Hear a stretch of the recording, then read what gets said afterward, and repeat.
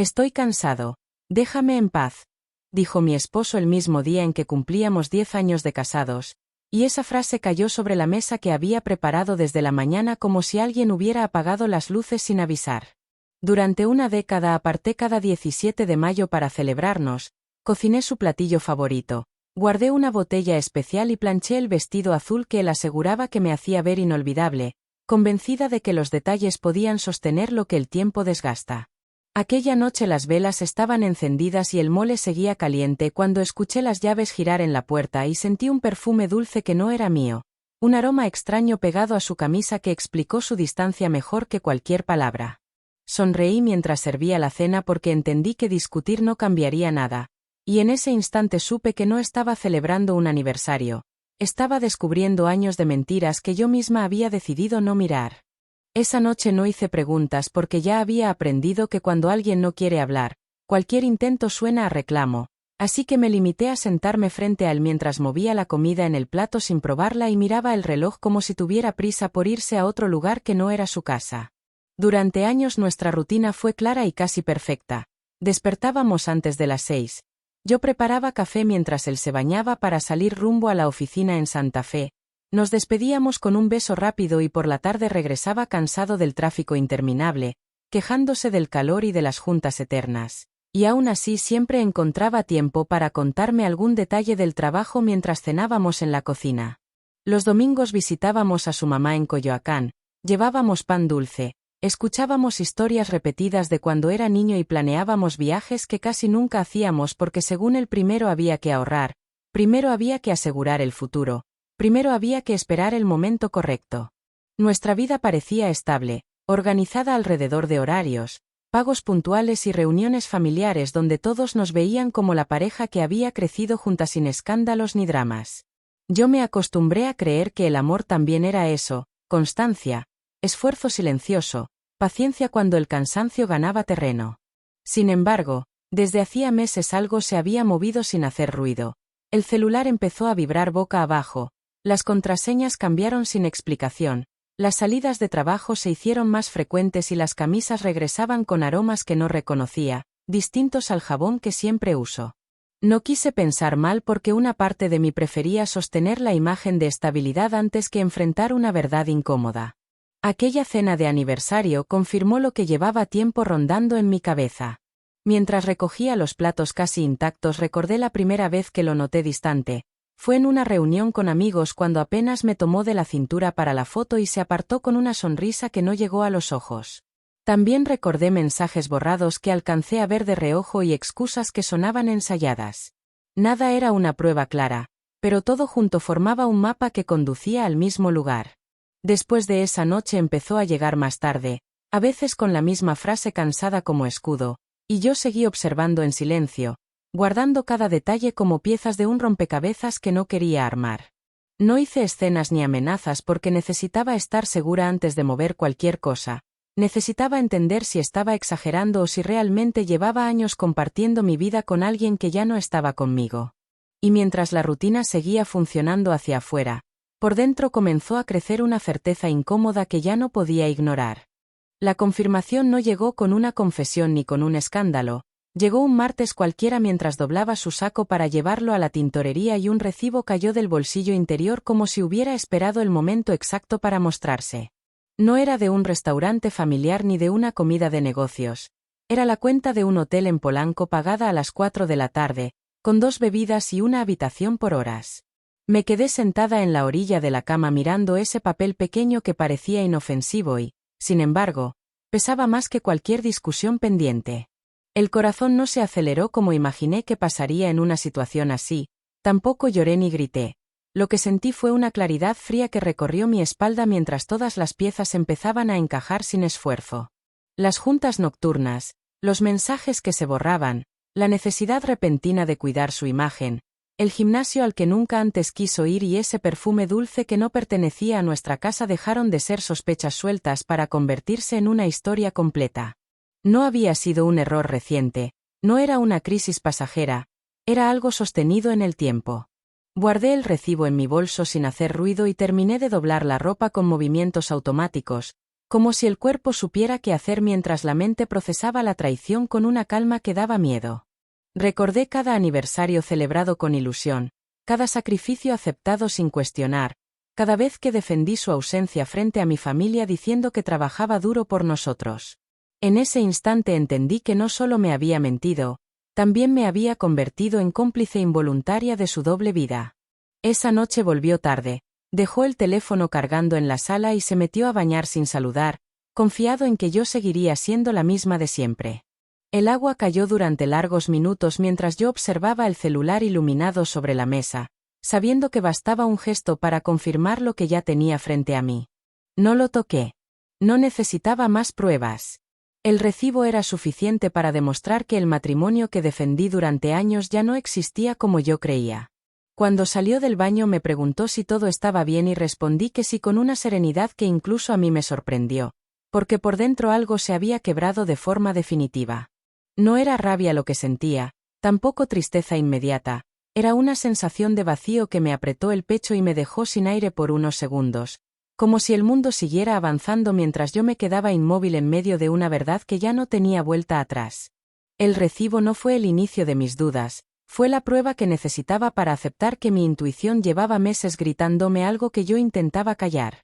Desde antes de nuestro aniversario había empezado a notar cambios pequeños que, vistos por separado, parecían insignificantes, pero juntos dibujaban un patrón imposible de ignorar. Las llamadas que contestaba en el balcón, el gesto rápido de bloquear la pantalla cuando yo me acercaba, las nuevas camisas compradas sin avisar y esa atención exagerada a su imagen no aparecieron de un día para otro. Todo había sido gradual, calculado, casi elegante. Semanas antes del aniversario decidí hacer algo que nunca creí necesario en mi matrimonio: revisar estados de cuenta con más detalle. No buscaba pelea, buscaba claridad. Encontré cargos repetidos en la misma zona de la ciudad, pagos a restaurantes a horas que no coincidían con su jornada laboral y movimientos en efectivo que no tenían explicación lógica. En ese momento no dije nada porque necesitaba entender el alcance de la mentira antes de enfrentarlo sin pruebas sólidas. También recordé una conversación de hace casi un año cuando mencionó que se sentía estancado, que la rutina lo estaba consumiendo y que necesitaba sentirse vivo otra vez. Pensé que hablaba del trabajo, del estrés, de cumplir metas que parecían lejanas. Hoy entiendo que esa frase era más profunda y que yo elegí interpretarla de la forma menos dolorosa posible. No me convertí en detective por impulso, lo hice por supervivencia emocional. Empecé a anotar fechas, horarios, excusas repetidas. Guardé capturas de pantalla de transferencias inusuales. Observé con atención su lenguaje corporal cuando mentía, esa leve tensión en la mandíbula y la manera en que evitaba sostener la mirada por más de unos segundos. No actué por rabia, actué con paciencia. Mientras él creía que yo seguía distraída entre pendientes domésticos y compromisos familiares, comencé a prepararme en silencio. Consulté información sobre bienes mancomunados, revisé documentos importantes y organicé copias digitales de todo lo necesario sin levantar sospechas. No estaba planeando una escena, estaba planeando mi estabilidad. El recibo del hotel solo confirmó que mi silencio no era ingenuidad sino estrategia. Esa noche, mientras él dormía tranquilo, yo me quedé mirando el techo con una calma distinta, ya no era incertidumbre sino determinación. Entendí que no podía controlar lo que había hecho, pero sí podía decidir cómo responder. Y por primera vez desde que empezó todo, dejé de sentirme víctima y tomé una decisión interna que cambiaría el rumbo de nuestra historia sin necesidad de gritos ni escándalos. Tomar la decisión en silencio fue más difícil que cualquier confrontación, porque implicaba aceptar que el matrimonio que defendí durante años ya no podía sostenerse solo con voluntad. No quería escándalos ni escenas dramáticas, quería claridad y protección, así que empecé a mover piezas con cuidado. Una mañana pedí permiso en el trabajo con el pretexto de un trámite bancario y caminé hasta el despacho de una abogada recomendada por una compañera, alguien discreta que escuchó mi historia sin sorpresa y me explicó con calma cuáles eran mis derechos y qué pasos debía seguir si decidía separarme. Salí de esa oficina con una carpeta llena de información y una sensación extraña de alivio, como si por primera vez estuviera pensando en mí sin culpa. Abrí una cuenta personal donde empecé a depositar parte de mi sueldo, organicé documentos de la casa, fotografías de bienes, estados de cuenta y comprobantes que demostraban ingresos y gastos compartidos. No era venganza, era prevención. Necesitaba asegurarme de que, si todo se rompía, yo no quedara en el aire. También pedí una reunión con el contador que llevaba nuestras finanzas bajo el argumento de revisar inversiones. Hice preguntas que antes nunca me había atrevido a formular y confirmé que había movimientos que no coincidían con lo que él me contaba. No lo confronté todavía, pero cada respuesta reforzaba mi decisión. Mientras tanto, en casa seguía actuando con normalidad, preparaba la cena, cumplía compromisos familiares y escuchaba sus historias incompletas con una serenidad que él interpretó como confianza. Una parte de mí esperaba que se detuviera, que confesara por iniciativa propia, que mostrara remordimiento antes de que todo avanzara demasiado. Sin embargo, su comportamiento no cambió. Al contrario, parecía más seguro, más relajado, como quien cree que tiene todo bajo control. Esa seguridad fue lo que terminó de convencerme de que mi silencio no debía prolongarse por miedo. El plan no consistía solo en papeles legales, también implicaba preparar mi corazón para una conversación inevitable. Practiqué frente al espejo las palabras que quería decir sin caer en insultos ni reproches, porque entendí que el verdadero poder estaba en hablar desde la verdad y no desde la herida. Sabía que el momento llegaría pronto y que, cuando ocurriera, no sería una escena impulsiva sino el resultado de semanas de reflexión. Esa noche, mientras organizaba los documentos en un cajón con llave, sentí por primera vez que el miedo empezaba a transformarse en firmeza. No sabía cuál sería su reacción ni cómo cambiaría nuestra vida después de hablar, pero tenía claro que ya no estaba dispuesta a vivir en una mentira cómoda. Y con esa certeza, entendí que el siguiente paso no sería una amenaza ni una súplica, sería una conversación que marcaría un antes y un después definitivo. Antes de enfrentarlo quise entender algo que durante años evité mirar con profundidad. No me casé con un monstruo, me casé con un hombre que también cargaba heridas que nunca supo nombrar. Creció en una casa donde el cariño casi no se demostraba y donde el éxito era la única medida de valor. Escuchó desde niño que un hombre debía proveer, resistir y no quejarse. Aprendió a esconder el miedo detrás de ambición y a confundir reconocimiento externo con identidad. Muchas veces lo vi agotado por la presión de cumplir expectativas que no eran solo mías sino del mundo entero, y en lugar de hablarlo, elegía trabajar más horas, exigirse más, competir más. Recordé conversaciones antiguas en las que mencionaba sentirse invisible cuando no estaba produciendo resultados. Decía que nadie notaba su esfuerzo y que temía volverse irrelevante. Yo lo interpreté como estrés laboral, nunca como una grieta emocional más profunda. Con el tiempo empezó a buscar validación en espacios que lo hicieran sentirse admirado sin cuestionamientos, donde no existieran reclamos domésticos ni responsabilidades compartidas. Tal vez esa otra persona representaba para él una versión idealizada de sí mismo, alguien que lo veía sin historia, sin pasado, sin discusiones acumuladas. Eso no justificaba la traición, pero me ayudaba a entender que su infidelidad no nació únicamente del deseo sino de una inseguridad que no supo manejar. Mientras yo veía estabilidad, él veía rutina, mientras yo celebraba constancia, él sentía estancamiento. No habló porque quizá no sabía cómo explicar que tenía miedo de envejecer sin haber probado otras versiones de su vida.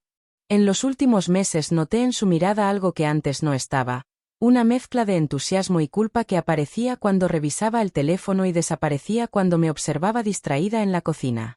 Esa contradicción revelaba que tampoco estaba en paz. No era el retrato de alguien feliz, era el de alguien dividido entre lo que construyó y lo que creyó necesitar para sentirse vivo otra vez. Pensar en todo eso no suavizaba el dolor, pero evitaba que mi historia se redujera a un villano simple. Comprendí que enfrentarlo implicaría tocar no solo la mentira sino también su miedo más profundo, ese temor a no ser suficiente sin aplausos externos. Y mientras me preparaba para hablar, entendí que la conversación no trataría solo de engaño, sino de identidad, de expectativas y de todo lo que ambos dejamos de decir cuando todavía estábamos a tiempo. La decisión ya estaba tomada en mi mente, pero no vivíamos solos en esta historia. Nuestra hija de 8 años, Valeria, seguía creyendo que el mundo era estable mientras hacía tareas en la mesa del comedor y preguntaba si este año también celebraríamos el aniversario con pastel como siempre. Escucharla mencionar esa fecha con ilusión fue un golpe distinto, más profundo que cualquier recibo o mensaje oculto, Porque entendí que mis pasos no solo afectarían a dos adultos sino a alguien que todavía veía a su papá como héroe. Valeria notó cambios antes de que yo los aceptara. Empezó a preguntar por qué él llegaba tan tarde, porque ya no la llevaba al parque los domingos, porque se encerraba con el teléfono en lugar de ayudarla con matemáticas.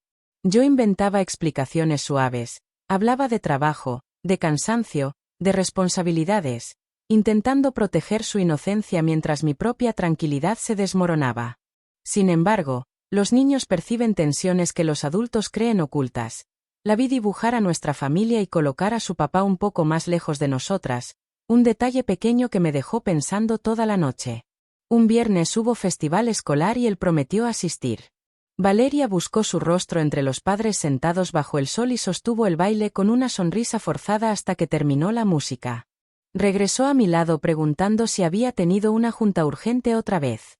Sentí que algo se rompía no solo en mí sino en la confianza que ella tenía en su presencia constante. Esa escena pesó más que cualquier traición personal, porque el engaño dejó de ser solo mío. Esa noche, mientras la acostaba, me dijo que lo notaba diferente y que le daba miedo que se enojara por cosas pequeñas. No supe qué responder sin adelantar un conflicto que todavía no había estallado. La abracé más fuerte de lo habitual y comprendí que mantener la apariencia de estabilidad ya no la protegía, solo prolongaba una verdad que tarde o temprano la alcanzaría. La pregunta empezó a perseguirme. ¿Qué es más doloroso para una niña? ¿Crecer en una casa donde el silencio cubre mentiras o atravesar una separación honesta que duela al principio pero no la acostumbre a la falsedad? Esa duda transformó mi determinación en algo más complejo, porque ahora no solo debía pensar en mi dignidad sino en el tipo de ejemplo que quería dejarle sobre amor, respeto y límites. Después del festival escolar algo en él pareció moverse, quizá porque Valeria dejó de correr hacia la puerta cuando escuchaba sus llaves o porque empezó a responderle con frases más cortas, menos emocionadas. Durante los días siguientes llegó temprano a casa sin previo aviso, propuso cenar juntos y hasta sugirió un paseo el domingo como en los viejos tiempos. Observé cada gesto con atención, no desde la ilusión sino desde la cautela. No sabía si ese cambio nacía del remordimiento, del miedo a ser descubierto o de la sensación de que estaba perdiendo algo que daba por seguro. Comenzó a dejar el teléfono sobre la mesa boca arriba, hizo comentarios sobre lo importante que era la familia y preguntó si yo me sentía bien, como si quisiera medir el terreno antes de que yo hablara. Esa actitud me descolocó más que su frialdad anterior, porque ya me había preparado para una versión distante y segura de sí misma, no para alguien que intentaba reconstruir puentes sin admitir lo que había hecho. Valeria respondió con entusiasmo moderado, disfrutó el paseo pero mantuvo cierta reserva, como si también estuviera aprendiendo a no confiar por completo. En una de esas cenas aparentemente tranquilas, me tomó la mano y dijo que había estado pensando en nosotros, que tal vez habían dejado que la rutina apagara la chispa y que aún estaba a tiempo de cambiar. Escuché en silencio, analizando cada palabra, preguntándome si esa reflexión incluía la verdad completa o solo la parte cómoda. Hablaba de terapia, de vacaciones pendientes, de nuevas metas compartidas, pero evitaba mencionar aquello que yo ya sabía. Esa omisión pesaba más que cualquier promesa. La tensión dejó de estar en lo que hacía fuera de casa y se trasladó a mi interior. Parte de mí deseaba creer que el arrepentimiento era genuino y que aún existía algo rescatable. Otra parte recordaba el recibo guardado y las semanas de investigación silenciosa. No quería destruir a mi familia por impulso, pero tampoco quería aceptar migajas de cambio sin honestidad. Las noches se volvieron un campo de batalla invisible. Mientras él dormía más cerca que antes, buscando contacto, yo permanecía despierta evaluando escenarios. Si confesaba, podría existir una base para decidir con información completa. Si continuaba ocultando, cualquier intento de reparación sería solo maquillaje. El ambiente en casa parecía más cálido hacia afuera, pero dentro de mí crecía una presión constante, como si estuviera sosteniendo una verdad que exigía salir. Y entendí que prolongar ese equilibrio frágil solo haría más doloroso el momento inevitable en que todo tendría que decirse sin filtros. La conversación ocurrió un lunes por la noche, cuando Valeria ya dormía y la casa estaba en silencio, sin televisión encendida ni distracciones que suavizaran lo inevitable. Me senté frente a él en la mesa donde tantas veces fingí normalidad y coloqué el recibo del hotel sobre la madera sin dramatismo. No levanté la voz, No hice acusaciones exageradas. Simplemente lo miré y le dije que necesitaba escuchar la verdad completa. Su expresión cambió en segundos, primero confusión, luego miedo, después una rendición que confirmó que no estaba equivocada. Intentó explicar que había sido algo pasajero, que se sintió perdido, que no supo cómo detenerlo a tiempo. No lo interrumpí. Dejé que hablara hasta que el silencio regresó por sí solo. Entonces pregunté desde cuándo. La respuesta no fue una fecha reciente. Llevaba más de un año viviendo una historia paralela mientras yo celebraba aniversarios y defendía su ausencia.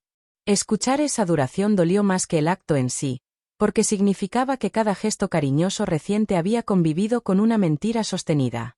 Le expliqué que no estaba allí para humillarlo ni para competir con nadie, estaba allí para decidir qué hacer con la información que ya tenía. Le dije que nuestra hija merecía un ejemplo de respeto y que yo también merecía honestidad, no migajas de arrepentimiento cuando la comodidad estaba en riesgo. Habló de culpa, de miedo a perderlo todo, de la sensación de haber construido una vida que ya no sabía cómo sostener sin sentir presión.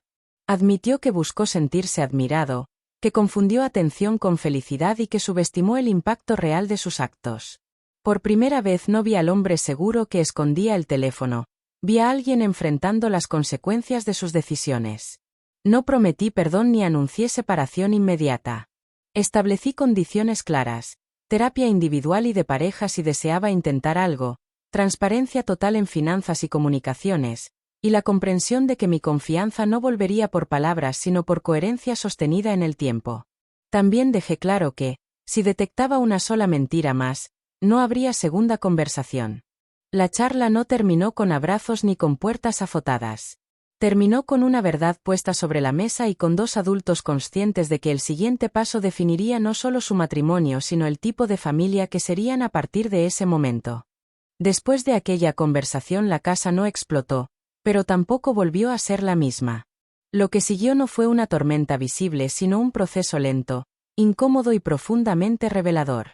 Durante las primeras semanas cumplió cada condición sin discutir. Inició terapia individual, aceptó asistir a sesiones de pareja y entregó contraseñas sin que yo tuviera que pedirlas de nuevo. El gesto parecía sincero, aunque entendí que la sinceridad no se mide por un acto puntual sino por constancia. Las sesiones no fueron fáciles. Escuchar en voz alta lo que había hecho cambió el tono de todo. Frente a una tercera persona ya no podía minimizar ni disfrazar decisiones. Admitió sentirse insuficiente desde hacía años, atrapado entre la presión de éxito y el miedo a volverse invisible. Yo también tuve que aceptar que, en medio de responsabilidades y rutina, dejamos de hablarnos con profundidad. No fue una confesión que lo absolviera, pero sí mostró que el problema no nació de la nada. En casa establecimos nuevas dinámicas. Las cenas dejaron de ser automáticas y se convirtieron en espacios de diálogo real. Valeria notó que algo diferente ocurría, aunque no conocía los detalles. Decidimos no mentirle sin necesidad, pero tampoco cargarla con información adulta. Le explicamos que estábamos trabajando para mejorar nuestra relación y que ambos la amábamos sin condiciones. Aún así, hubo noches en que ella preguntó si nos separaríamos, y esa pregunta flotó en el aire como una posibilidad concreta que ninguno quiso negar ni confirmar. El tiempo empezó a ser el verdadero juez. Hubo semanas en que lo vi genuinamente comprometido, presente en la escuela, atento a conversaciones que antes evitaba, dispuesto a reconocer errores sin justificarlos. También hubo días en que su mirada se perdía como si recordara aquello que decidió abandonar, momentos breves pero suficientes para encender mis alertas internas. La confianza no regresó de inmediato, se reconstruyó como quien levanta una pared ladrillo por ladrillo, consciente de que un solo descuido puede derrumbar el esfuerzo. Yo también cambié. Dejé de girar alrededor de su agenda y retomé proyectos personales que había pospuesto por años. Volví a tomar un diplomado que siempre quise cursar, amplié responsabilidades en el trabajo y recuperé amistades que había descuidado. Comprendí que mi identidad no podía depender de la estabilidad del matrimonio. Ese redescubrimiento me dio una seguridad distinta, una fuerza que no provenía del sino de mí. Un mes después de la conversación definitiva, propuso un viaje corto a Valle de Bravo para intentar reconectar lejos de la rutina. Acepté con cautela. El viaje no fue una luna de miel, fue una prueba. Caminamos junto al lago hablando de miedos reales, de expectativas no cumplidas y de decisiones que aún podíamos tomar. Por primera vez en mucho tiempo sentí que no estaba frente a un extraño sino frente a alguien dispuesto a mirar su sombra sin huir.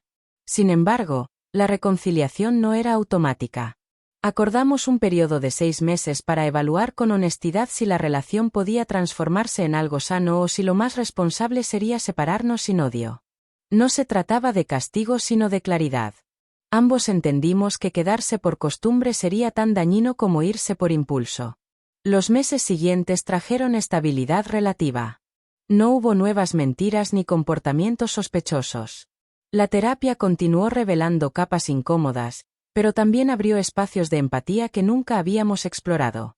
Aún así, dentro de mí persistía una pregunta silenciosa: ¿estaba reconstruyendo por amor renovado o por miedo a romper definitivamente?